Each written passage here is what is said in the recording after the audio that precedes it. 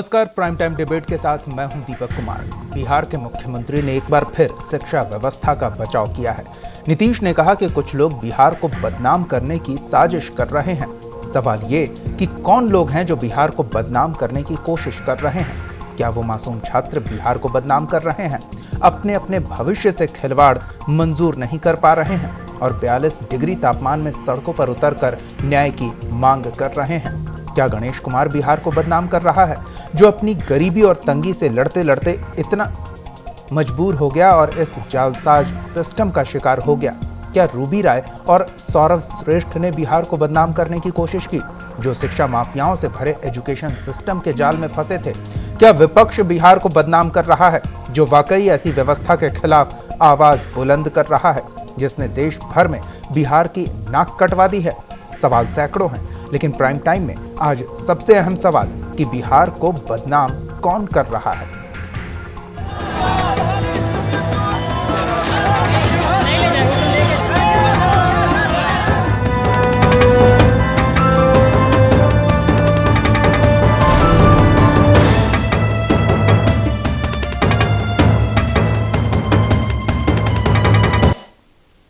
बिहार के inter topper घोटाला part 2 पर मुख्यमंत्री ने ठोस कार्रवाई की बात कही है, लेकिन बिहार को बदनाम करने की साजिश कौन कर रहा है, ये सवाल अहम है। देखिए ये रिपोर्ट।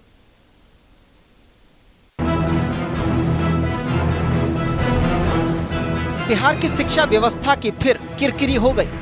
आर्ट्स टॉपर का बचाव करने के लिए शिक्षा मंत्री और बोर्ड अध्यक्ष आनंद किशोर मैदान में कूदे थे कि फिर टॉपर का उम्र घोटाला हो गया। जिस कॉलेज में टॉपर पढ़ा उसका लिंक भी सियासी निकला। इतनी खिल्ली उड़ने के बाद बिहार के सीएम नीतीश कुमार ने गहन जांच और सख्त कार्रवाई की बात की है। पूरी चीज का गहन मंथन करके क्या स्थिति रही है, सरकारी स्कूल है, गैर सरकारी स्कूल है, ये नौबत क्यों आई, एक एक चीज के बारे में गहन अध्ययन करने के बाद ठोस कार्रवाई हुई। और इस बात के लिए जब सचमुच है, दो तरह की कार्रवाई, एक तो व्यवस्था में सुधार और दूसरी तरफ कोई अगर अपने ड्यूटी को ठीक ढंग से नहीं निभाता है तो वैसी स्थिति में उसके ऊपर कार्रवाई। दोनों बात होगी, सिर्फ टीचर की बात नहीं। आखिरकार जो शिक्षा विभाग है, ब्लॉक से लेकर के जिला स्तर पर तो block education officer, district education officer सब रहते हैं। स्कूल की फंक्शनिंग देखना उनका काम है। स्कूल ठीक ढंग से काम कर रहा है या नहीं काम कर रहा है, यह भी देखने उनकी जिम्मेदारी है। तो इन सब चीजों पर एक कॉम्प्रिहेंसिव व्यू लिया जाएगा, एक्शन भी होगा और कुछ ऐसे कदम उठाए जाएंगे जिसमें बहुत सारी कमियां हैं, उसको दूर किया। मुख्यमंत्री ने सफाई में यह भी कहा कि इस बार इंटर की परीक्षा में सख्ती बरती गई थी, जिसके चलते कड़ा रिजल्ट आया। पिछले 2 वर्षों में परीक्षा व्यवस्था में रिफॉर्म लाने की दिशा में बहुत सारे कारगर कदम उठाए गए। आप ही बताइए कि 2 साल पहले वैशाली जिले के एक स्कूल की तस्वीर परीक्षा के दौरान की तस्वीर प्रकाशित हुई देश भर में और देश के बाहर भी, तो कितनी सख्त कार्रवाई की गई।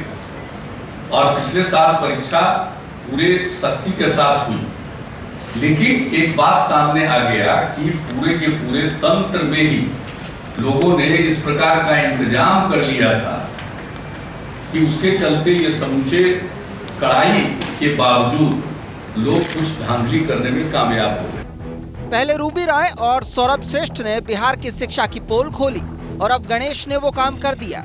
क्या बिहार की शिक्षा व्यवस्था में नीचे से लेकर ऊपर तक फैले भ्रष्टाचार पर सीएम सर्जिकल स्ट्राइक कर पाएंगे? पटना से शशिकांत की रिपोर्ट, न्यूज इंडिया।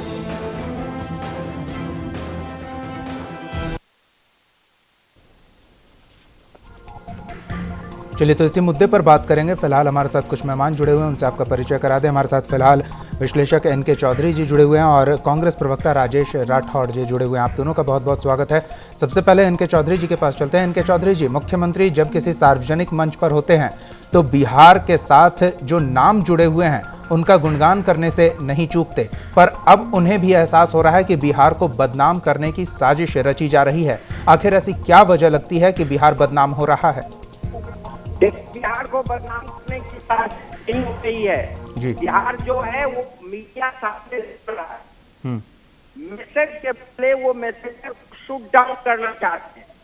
तो दोष दूसरे पर आते हैं। उनमें ईमानदारी होनी चाहिए और स्वीकार करना चाहिए कि उनका सिस्टम कोलैप्स कर चुका है और मुख्यमंत्री को इसकी जिम्मेदारी लेनी चाहिए, नैतिक जिम्मेदारी। जब बिहार में जो कुछ होता है उसका श्रेय उनको जाता है तो गड़बड़ होता है, क्रेडिट भी उनको लेना चाहिए। आज भी उनमें ईमानदारी नहीं है नीतीश कुमार जी में कि वो इस गलती को हुई है। केशवर प्रसाद जिसके वक्त में प्रॉपर घोटाला हुआ आरोपी, वो उनके करीबी लोगों में केशवर जी नहीं जाने जाते थे अपनी प्रशासनिक क्षमता के लिए, वो भ्रष्टाचार के लिए जाने जाते थे, अक्षमता के लिए। उसको उन्होंने बनाया चेयरमैन और नजारा आपने देखा पिछले साल। ये आनंद किशोर भी उनके चहेते में है, उनको कोई मिल नहीं रहा था तो उन्होंने चहेते कोई भी हो सकता कि इसकी छवि ऐसी होती और प्रशासनिक क्षमता भी होती, तो मुख्यमंत्री को स्वीकार करना चाहिए कि उनके निर्णय गलत हुए हैं, उनकी व्यवस्था चरमराई नहीं, ध्वस्त हो चुकी है और ये आज से नहीं है, कई सालों से है। और लोगों की बात में नहीं चाहता कि मैंने मत से मीडिया से ऑन एयर इस बात को कहा है, मुख्यमंत्री हाई टाइम है कि जिम्मेदारी स्वीकार करें और क्षमा मांगे बिहार से, क्योंकि उन्होंने बिहार की क्षमता का जो आंकलन किया और जिस तरह से उसकी छवि को उन्होंने नहीं पाया है, इसलिए बिहार की जनता से उनको क्षमा मांगना चाहिए और आगे क्या करेंगे उसकी एक रूपरेखा प्रस्तुत करना चाहिए और मीडिया को बदनाम करने से रोकना चाहिए और जो वो गैंग्स ऑपरेट कर रहा है, माफिया है, उसके खिलाफ सख्त कार्रवाई करनी चाहिए। तो वो ये कार्रवाई नहीं करके बल्कि एक बहाना ढूंढ रहे हैं, कवर अप कर रहे हैं, पहले से भी बड़ा अपराध है। जी, राजेश जी के पास चलते हैं। राजेश जी, मुख्यमंत्री नीतीश कुमार ने इतना तो माना कि जो गड़बड़ियां थी उसे दूर करने की पहल हुई, वो पहल पूरी तरह से कारगर नहीं हुई क्योंकि व्यवस्था में अभी भी कुछ खामियां मौजूद थी, जिसका परिणाम है कि अभी भी छात्र सड़क पर उतरकर प्रदर्शन कर रहे हैं। लेकिन इस जो हिस्से में सुधार की जिम्मेदारी सौंपी गई थी वो अशोक चौधरी, उन्हें सुधार की जिम्मेदारी सौंपी गई थी, पर वो और उनके तमाम जो साथ में लोग थे व्यवस्था दुरुस्त करने वाले, वो कहीं ना कहीं चूक गए। बिल्कुल नहीं दीपक जी, मैं दोनों सवालों का जवाब देता हूं कि माननीय मुख्यमंत्री जी ने स्पष्ट शब्द में कहा, जिसकी जिक्र हम कई बार कर चुके हैं, कि जिस प्रकार से खामियों को हम दूर करने का प्रयास किए हैं, एक हद तक और बड़े पैमाने तक शिक्षा व्यवस्था में जो कुरीतियां थी उसको हमने खत्म करने का प्रयास किया और एक हद तक सरकार ने खत्म किया है। लेकिन निचले स्तर पे अभी भी कुछ न कुछ गड़बड़ी है जो इस रिजल्ट में सामने आया। अशोक चौधरी जी पर जो हमारे शिक्षा मंत्री हैं, बिहार के कांग्रेस प्रदेश अध्यक्ष भी हैं, जिस प्रकार से आपने देखा होगा कि पिछले कई वर्षों से कदाचार युक्त परीक्षा हो रहा था, अशोक चौधरी ने इस बार यह साबित कर दिया कदाचार मुक्त परीक्षा कराकर। उससे बेहतर उन्होंने साबित किया कि रिजल्ट में कोई बड़ी गड़बड़ी नहीं हुई, जिस प्रकार से अन्य साल में हुआ करता था। तो यह सब दर्शाता है कि सरकार अपने कामों में पूर्ण रूपेण सफल है। जी, यानी कि 1/3 बच्चे पास नहीं कर सके, इसे बड़ी गड़बड़ी नहीं कहा जाएगा। आप क्या चाहते हैं, भाजपा के साथी क्या चाहते हैं, प्रतिपक्ष क्या चाहते हैं कि जो बच्चे पास नहीं होने लायक है उनको पास कर दिया जाए। हम ये चाहते हैं कि जो बच्चे पास होने लायक नहीं हैं उनको पढ़ाकर फिर उन्हें पास करने का प्रयास किया जाए, उन्हें बेहतर शिक्षा दिया जाए। मैंने कहा आपको दीपक जी, पिछले निचले स्तर पे कहीं न कहीं और कमियां हैं जिसको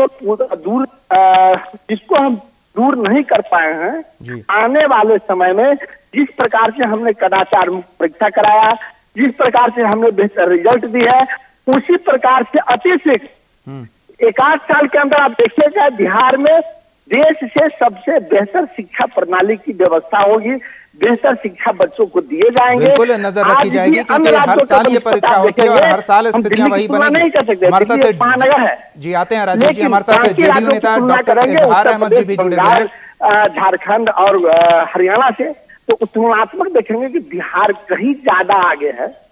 चलिए, बिहार कहीं ज्यादा आगे है इस रिजल्ट के आधार पर भी अगर तुलनात्मक देखेंगे तो, ये राजेश जी का कहना है। इजहार अहमद जी, स्वागत है आपका। इज़हार अहमद जी, क्या आप तक आवाज पहुंच रही है? हाँ बिल्कुल आवाज पड़ रही है दीपक जी। इज़हार अहमद जी, ये जो व्यवस्था में शिक्षा विभाग में जो सांप और चूहे घुसाए थे वो एक दिन में नहीं आए, वो वर्षों से धीरे धीरे अपना जगह बना रहे थे उस शिक्षा विभाग में और धीरे धीरे बुनियाद खोखली कर रहे थे। मुख्यमंत्री नीतीश कुमार थे, उन्हें 12 वर्षों में वो सांप और चूहे नहीं दिखे जो पूरी तरह से बुनियाद को खोखला करके इस शिक्षा व्यवस्था को ही ध्वस्त कर चुके हैं। देखिए दीपक जी, सबसे बड़ी बात है कि बिहार में जब से वजीर आला नीतीश कुमार जी 12 साल पहले बने, तो एक एक चीज पर, चाहे वो प्राइमरी से हो, मध्य विद्यालय से हो, हाई स्कूल से हो, प्लस टू कॉलेज की, सब पर उन्होंने, यहाँ तक कि जो लड़कियां कॉलेज स्कूल नहीं जाती थी, सपना था उस गांव में स्कूल और कॉलेज बनाने का काम के शिक्षा तालीम क्या चीज है बिहार में आदरणीय नीतीश कुमार जी ने दिया। और वो नीतीश कुमार जी ने आज पिछले दिनों जो हालात बने उस बुनियाद पर उन्होंने कहा कि नहीं, जब तक के ईमानदारी से शिक्षा कदाचार मुक्त नहीं होगा तब तक हम कैसे बैठे हैं। और उन्होंने देखिए पिछले दिनों जो हालात हुए उस बुनियाद को इसने इतनी इंतजाम किए और उसके बाद साफ गोई से जो उन्होंने वो पास किए। और जो लड़के नहीं पढ़े, अब खास करके उन्होंने एक काम किया है कि सारे लोगों पर कार्रवाई कर रहे हैं कि जो स्कूल में 25%, 20% और 30% रिजल्ट हुआ है उन सब टीचरों को वहां से हटाया जा रहा है, उन पर कार्रवाई की जा रही है। और जो गलतियां, जो दुष्कारी होगी, क्या खामियां होगी, उन पर कार्रवाई। ये तो साफ से, ये तो विपक्ष एक ढकोसला नचा रहा है। ये विपक्ष में भारतीय जनता पार्टी के लोगों के पास कोई काम है नहीं, कोई मुद्दा है नहीं, ये बैठ करके सिर्फ वो भड़काने का काम कर रहे हैं। और ये जो है असामाजिक तत्व है, जो असामाजिक तत्व को लेकर के धरना प्रदर्शन कर रहे हैं। अरे क्या किसी बैठ करके किसी डीओ के यहाँ बैठ के ताला लगा देने से मसले का हल हो जाएगा? क्या किसी एकेडमिक इंस्टीट्यूशन में ताला लगा देने से मसले का हल हो जाएगा? ऐसे लोगों पर कड़ी कार्रवाई करना चाहिए। ये लोग शिक्षा से खिलवाड़ करते हैं। इसको किसने कानून कहा हाथ में लेने के लिए? क्या डीओ के घर में ताला लगाने के लिए, डीओ के ऑफिस में ताला लगाने के लिए किसने मशवरा दिया? ऐसे लोगों पर कानूनी कार्रवाई। लेकिन इज़हार अहमद जी, जिस कार्यालय में कोई काम ही नहीं हो रहा है वहां ताला नहीं लगाए तो क्या करें? कैसे आप समझते हैं काम नहीं हो रहे हैं? कैसे आप समझते हैं काम हो रहा है? दीपक जी, अगर काम नहीं हो रहे हैं कैसे भरे जा रहे हैं? फॉर्म नहीं भरे हैं तो इम्तिहान कैसे हो रहे हैं? इम्तिहान नहीं हो रहे तो रिजल्ट कैसे आ रहे हैं?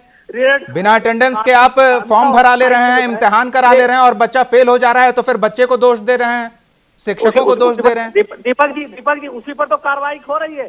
माननीय मुख्यमंत्री जी कहे हैं कि हम इस मामले में जाकर के जो वहां से 25% का रिजल्ट में ज्यादा नहीं हुआ उन टीचरों को वहां से हम ट्रांसफर करेंगे और ट्रांसफर करा के उन लोगों पर कार्रवाई करेंगे जो इसमें दोषी शामिल पाए जाएंगे।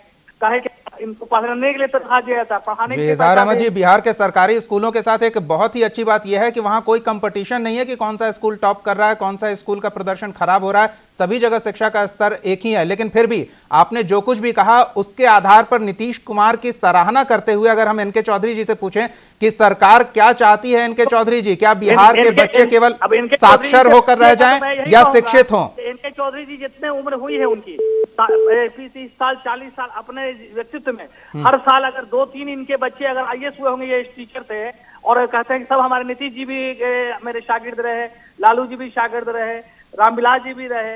ये कहते हैं, ये एनके चौधरी जी हमेशा यही कहते रहते हैं। लेकिन उनसे ये पूछिए कि क्या आपका बच्चा हर साल 5 भी अगर IAS किया होगा तो 30 साल के अंदर 150-200 इनके बच्चे इनके स्टूडेंट्स हुए होंगे। पहले इन्हीं से सवाल, मैंने साल का पहले इनके चौधरी साहब से यही जवाब लीजिए ना, इनके कितने बच्चे जो पढ़ाते थे जो स्कूल जहां, वो क्या इनके हर साल 5% भी बच्चे, 10% भी बच्चे इनके अगर IAS हो गए होंगे तो लगेंगे सही में इनके चौधरी कामयाब टीचर शिक्षक रहे। इनको कहने में बहुत आसान लगता है, नीतीश जी ने ये कर दिया, नीतीश जी ने वो कर दिया। नीतीश जी ने समंदर में रास्ते बनाए हैं जो आदमी नहीं कर सकता है, जो शिक्षा से लेकर के विकास से लेकर के हर मामले में जी। और एक सपना था बिहार के लिए। अब लोग कहता है बिहार को बिहार कर जानता है, गांव में जाते हैं तो 50-100 बजे आते हैं कि भाई हमारे यहाँ टीचर नहीं, तो लगता है कि सही में इस गांव में अब पढ़ाई हो रहा है। जाके दलितों के गांव में देखिए, महादलितों के गांव में देखिए, पिछड़ों के अल्पसंख्यक के गांव में जाकर के देखिए, पहले क्या था अभी क्या है। कहीं बिल्डिंग एक पेड़ के नीचे में स्कूल पढ़ाई होती थी, आज वहाँ बिल्डिंग और भवन बन रहा है। ये नीतीश कुमार जी की देन है, ये बिहार सरकार की देन है। जो नीतीश कुमार, लेकिन फिर भी सरकार को डर है कि उसे बदनाम करने की कोशिश हो रही है। बदनामी से डर लग रहा है, शायद वजह कोई काम। हमारे साथ जी इज़हार अहमद जी आते हैं, हमारे साथ और मेहमान जुड़े हुए, उनकी भी प्रतिक्रिया ले लेते हैं। और एनके चौधरी जी के तकनीकी कारणों से संपर्क टूट गया, हम उनसे जुड़ते ही आपका सवाल उनके समक्ष रखेंगे और फिर जानेंगे उनका जवाब। हमारे साथ विधान पार्षद सूरज नंदन कुशवाहा जी जुड़े हुए हैं। सूरज नंदन जी, क्या वजह हो सकती है कि नीतीश कुमार को अब बदनामी का डर सता रहा है? बिहार को बदनाम करने की साजिश उन्हें नजर आ रही है। कि नीतीश कुमार जी ने बिहार को उसी समय बदनाम किया और बर्बाद किया जब लालू जी के साथ वो सरकार बनाने के लिए और मुख्यमंत्री बने रहने के लिए उन्होंने बड़े घोटालेबाज के साथ जो है गठबंधन किया। और जब से दोनों साथ में हैं, बड़े बड़े शिक्षा के घोटाले हो रहे हैं। और जो लालू जी के आदमी, अब तो नीतीश जी के भी वही आदमी है। जब बिहार स्कूल परीक्षा समिति के चेयरमैन जो थे, जिन्होंने बड़ा घोटाला किया, उनको नीतीश कुमार बड़ाई करते नहीं थकते थे और बोलते थे कि बहुत ईमानदार और बढ़िया आदमी है। और उनके ही प्रोटेक्शन में इतना बड़ा घोटाला हुआ था। और आज फिर शिक्षा के स्थिति ये हो गई है कि बिहार के बच्चों का भविष्य खत्म हो गया है। बदनाम करने की साजिश नहीं है, ये बिहार को बर्बाद करने की साजिश नीतीश कुमार जी कर रहे हैं। और उसमें सबसे बड़ी बात यह है कि जिन बच्चों का मैथ में 80 नंबर आया है, उसको फिजिक्स में 2 नंबर कैसे आ सकता है, उसको केमिस्ट्री में 3 नंबर कैसे आ सकता है। क्योंकि कॉपी की जांच इन्होंने हड़ताल के समय जो है गैर जिम्मेवार लोगों से जंचवा दिया। और उसके बाद जो स्थिति बनी है उसके लिए सरकार पूरी तरह दोषी है। बच्चों का भविष्य अंधकारमय कर दिया। स्कूल में जहां तक पढ़ाई की बात है, जो सूरज नंदन कुशवाहा जी, नीतीश कुमार ने बिहार को तब बदनाम किया जब वो लालू प्रसाद यादव के साथ जुड़े, लेकिन शिक्षा व्यवस्था में सुधार की कोशिशें तो तब से कर रहे हैं जब वो मुख्यमंत्री बने और उस वक्त आपका भी साथ था। देखिए, जब हमारा साथ था तो घोटाले, आप याद कीजिएगा, कोई घोटाले नहीं होते थे। और शिक्षक के गुणवत्ता पर हम लोगों ने शिक्षा में बच्चों के गुणवत्ता पर ध्यान दिया था। लेकिन जब घोटालेबाज के साथ ही आ गए, कुशवाहा जी, आपने शायद घोटालेबाजी करने लगे, आपने शायद वो कहावत नहीं सुनी कि घड़ा बूंद बूंद कर भरता है, और जब छलका तो उससे पहले उसमें कुछ बूंदें गिर रही थी, लगातार वो घड़ा भरते जा रहा था और अब जाकर छलका है 15, 16 और 17 में। तो क्या कहें कि घड़ा पहले से ही भरा हुआ था? नहीं, मैं आपकी बात को स्वीकार करता हूं। और शिक्षा के जो मंत्री थे उस समय भी नीतीश कुमार जी ने शिक्षा जबरदस्ती अपने पास रखा था। जब गठबंधन में शिक्षा बीजेपी मांग रही थी तो उन्होंने कहा नहीं, शिक्षा हम अपने पास रखेंगे।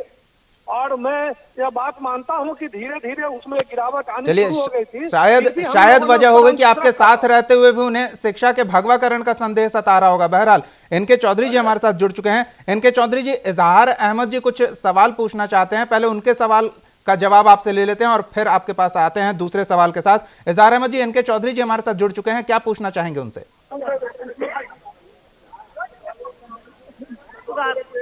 इजहार अहमद जी, ये हमेशा टीवी पर आएंगे, एक ही बात को बोलेंगे, हमारे को शागिर्द थे, हमने ये कर दिया। अरे सुधार क्या होगा वो रास्ता बता। मैं हम तो चौधरी जी है, बड़ा मैं आदर सम्मान करता हूँ, इनसे तो पूछिए कि आपके स्टैंडर्ड गुणवत्ता क्या रही। बिल्कुल पूछ लेते हैं। इनके चौधरी जी, आरोप है कि आप केवल गलतियां गिनाते हैं, सलाह नहीं देते हैं सुधार के लिए। सलाह दे रहे हैं जी, सलाह दे रहे हैं। शिक्षा मंत्री को तत्काल बर्खास्त कीजिए गैर जिम्मेदारी के लिए। और सलाह दे रहे हैं कि मुख्यमंत्री माफी मांगे बिहार की जनता से। सलाह दे रहे हैं कि आनंद किशोर को जेल में बंद करें, जेल में बंद करें, क्योंकि इन्होंने जीवन के साथ खिलवाड़ किया है बच्चों का। पूरा भविष्य अंधकार में है इन बच्चों का। 8 लाख लड़के का फेल करना कोई साधारण बात नहीं है। ये जिम्मेवार हैं, मुख्यमंत्री सीधे जिम्मेदार हैं, शिक्षा मंत्री जिम्मेदार हैं, और जो चाटुकार लोग इनके पास हैं वे लोग जिम्मेदार हैं। कोलैप्स कर चुका है सिस्टम। और बार बार मीडिया में ये बात आ रही है, फिर भी इनकी नींद नहीं टूट रही। आज ही चीफ मिनिस्टर डिनायल मोड में, वो स्वीकार करने के लिए तैयार नहीं है में खामी है। वो स्वीकार करने के लिए तैयार नहीं है कि उनके प्रशासनिक निर्णय में खामी है। एक आनंद किशोर को 3 विभाग देने का क्या औचित्य है? Chairman examination board, commissioner Patna division, jail IG. आप कल्पना कीजिए, इतनी बड़ी जिम्मेदारी वाले व्यक्ति को 3 विभाग देने का क्या औचित्य है? और ये माफिया ऑपरेट कर रहा है एजुकेशन सिस्टम में। इस एजुकेशन सिस्टम के माफिया को दूर करने का इनका विजिलेंस डिपार्टमेंट क्या कर रहा है? इनका इंटेलिजेंस डिपार्टमेंट क्या कर रहा है? इनका प्रशासनिक महकमा क्या कर रहा है? जी, इजहार अहमद जी भी कुछ कह रहे हैं। जी, इजहार अहमद जी। नहीं, जांच बैठेगी और जांच में दोषी पाए तो कार्रवाई होगी। लेकिन दोष तय कौन करेगा? जब लोग ये मान रहे हैं कि बाहर से कुछ लोग ऐसे घुस गए हैं सिस्टम में जो सिस्टम को खत्म कर रहे हैं, तो अंदर के लोगों का तो कोई दोष ही नहीं है। अपने जो शिक्षा के बारे में, अपने गुणवत्ता के बारे में दूसरों पर उंगली उठाना बहुत आसान है।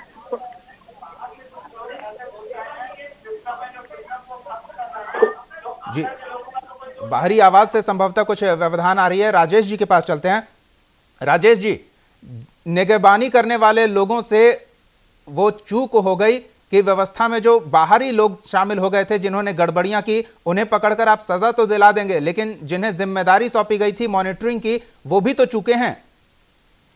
बिल्कुल, जो लोग इसमें दोषी पाए जाएंगे उनको इस बच्चों की तरह जिनसे अभी तक करवाई 2 साल 1 साल में गड़बड़ी करने वाले व्यक्तियों के साथ उसी प्रकार से इस बार भी जो गलती किए होंगे उसमें किसी को नहीं बख्शा जाएगा। लेकिन सवाल ये उठता है दीपक जी कि भाजपा के साथी और कुछ बिहार के कुछ प्रबुद्ध अपने आप को कहते हैं, वो बिहार को बदनाम करने का प्रयास न करें। बिहार बेहतर रास्ते पे जा रहा है, वो ठीक निसार अहमद जी कह रहे थे। हम सवाल पूछना चाहते हैं आदरणीय एनके चौधरी साहब जो बड़े शिक्षाविद रहे हैं, अपने पूरे शिक्षा काल में जितना भी वो दिखाता रहे हैं उसमें उनके कितने बच्चे गोल्ड मेडल हर साल लेते थे उनके सब्जेक्ट में, उनके कितने बच्चे IAS और IPS बने, इसका कुछ नाम करना है? उस बच्चे 21 में कितने बच्चे बने? राजेश जी, आपके इन 2 सवालों के साथ मैं अपना भी एक सवाल जोड़ दूं। एनके चौधरी जी ने जिन लोगों को पढ़ाया वो कितने लोग फेल हुए हैं? एनके चौधरी जी, क्या इसका जवाब देना चाहेंगे? जी, एक आदमी फेल हुए, अशोक चौधरी जी। अशोक चौधरी जी हमारे स्टूडेंट रहे हैं और वो पूरी तरह शिक्षा मंत्री के रूप में फेल हो चुके हैं। उनको फेल डिक्लेयर करता हूं और मंत्री पद से तत्काल उनको बर्खास्त करने की अपील करता हूं मुख्यमंत्री। चलिए, इज़हार अहमद जी क्या कहेंगे? चलिए, संभवतः संपर्क टूट गया। बहरहाल राजेश जी, कितने पास हुए हैं, कितने गोल्ड मेडलिस्ट हुए? इतनी संख्या थी कि एनके चौधरी जी को याद नहीं रही, लेकिन जो एनके चौधरी जी की उम्मीदों पर खरा नहीं उतरा उनका विद्यार्थी, उसे वो फेल जरूर कर रहे हैं और याद है कि वो विद्यार्थी था उनका जो फेल हो गया। 5 लोगों का नाम नहीं बना सकते एनके चौधरी साहब, दूसरे पर आरोप लगाना बहुत आसान है दीपक जी। उनको कहिए 5 बच्चों का नाम करना है। तो क्या मुख्यमंत्री नीतीश कुमार आसान रास्ता चुन रहे हैं, दूसरों पर आरोप मढ़ के? नीतीश कुमार की आसान रास्ता बिहार को विकास की ओर ले जाकर चुन रहे हैं, न कि विनाश की ओर।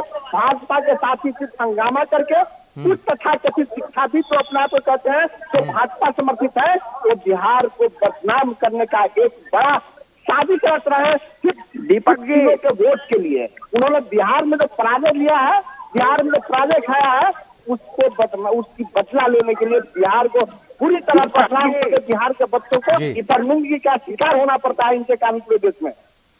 चलिए दीपक जी बोलिए। दीपक जी, एनके चौधरी जी, IPS इतनी लंबी लिस्ट है जिसको हमने प्रोड्यूस किया है, उसकी लिस्ट ये दोनों जो उनको ये कल पटना कॉलेज में आ जाए, मैं उनको लिस्ट प्रोवाइड कर दूंगा।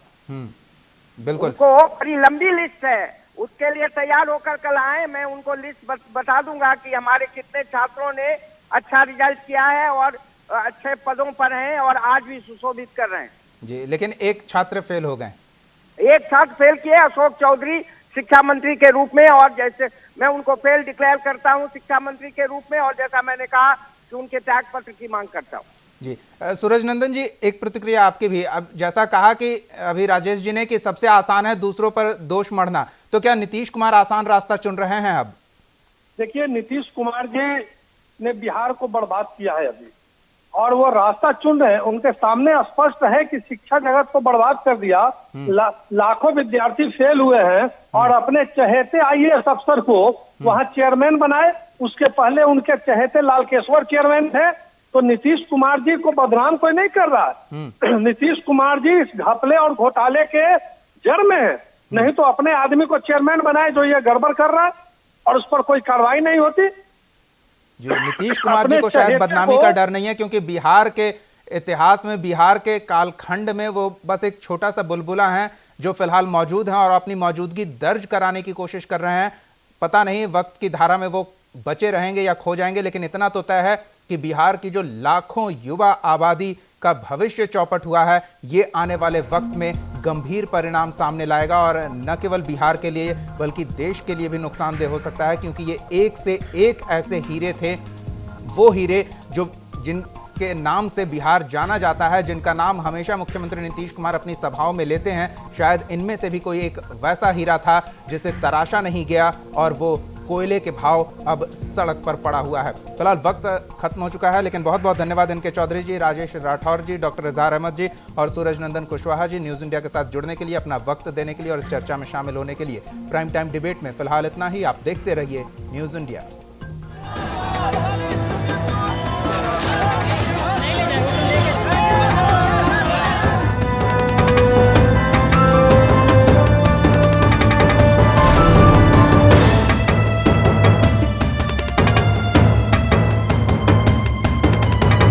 इस कार्यक्रम के आप हमारे चैनल को YouTube पर सब्सक्राइब कर सकते हैं न्यूज़ इंडिया निम्स पर।